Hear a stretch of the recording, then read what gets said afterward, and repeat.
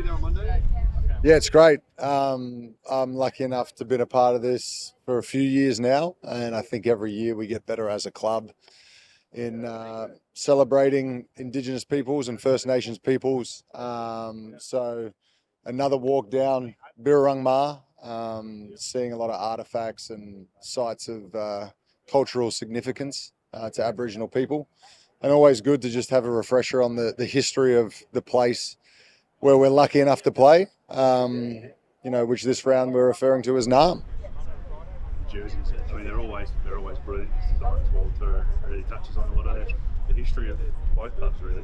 Yeah, it's really cool, and Tiffany's done a great job. She did a great job of explaining it, and oftentimes you look at it and you think, wow, that looks cool, but the significance and the detail that goes into it and how it all links together is something really special, and it's honestly one of our favourite rounds of the year. The jerseys every year, they look amazing, and more are getting added to it throughout the the important artwork. So we look forward to it. We love it. We love doing this stuff. As far as the season goes, I mean, it's been pretty much a flawless start, and so important in what is such a long season. Is it exceeded your expectations, I guess, starting off? What the results have played out?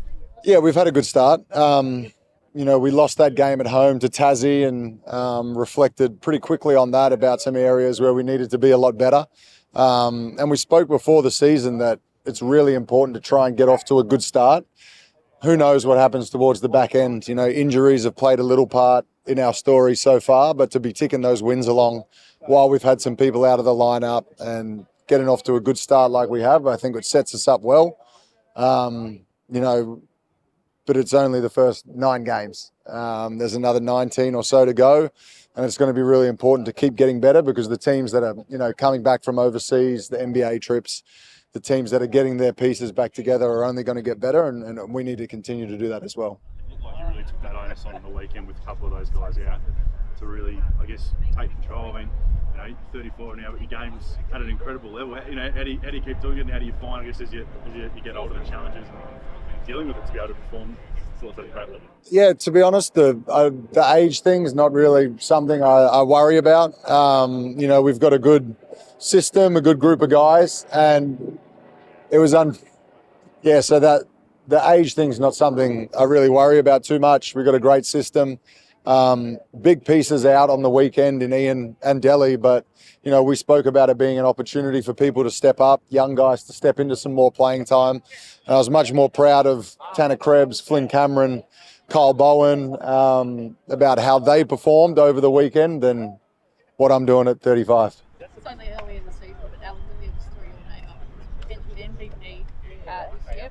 What do you make of your form? I think my form is much the same as it is most years. It'll go up and down because I tend to just try and do what the team needs. And, we're lucky at Melbourne United, we have such great players. So on any given night, anyone can come out and lead in scoring or rebounds or blocks or any of the stuff that looks really cool. But what I'm really focused on is ticking over those wins. So to have 8 of them at this stage of the year is really cool. Flattering from Alan. I don't think he'll be treating me as such when we play them in a couple of weeks' time. Just on the Boomers, I always have to ask, Ben Simmons has been pretty open the last couple of weeks about his commitment to Paris and the Olympics. Through across the comments, what did you take away from them? Because it's probably the first time in a while we've seen such passion about him wanting to link up with the Australian outfit. Yeah, not across them, but if he said that, that's amazing. Obviously, we've heard it in the past, and then the NBA season is such a long season, so things can go wrong or whatever it may be. But for Ben to be in a position where he looks like he's healthy again, mentally he looks really refreshed and loving his basketball, so that could only bode well for us as the Boomers. As a squad, I mean, it is still a little bit away, but it's going to come around pretty quick. I mean, how do you feel as a group the expectations are going to be heading into it off the back of the World Cup and I guess some of the learnings from that tournament?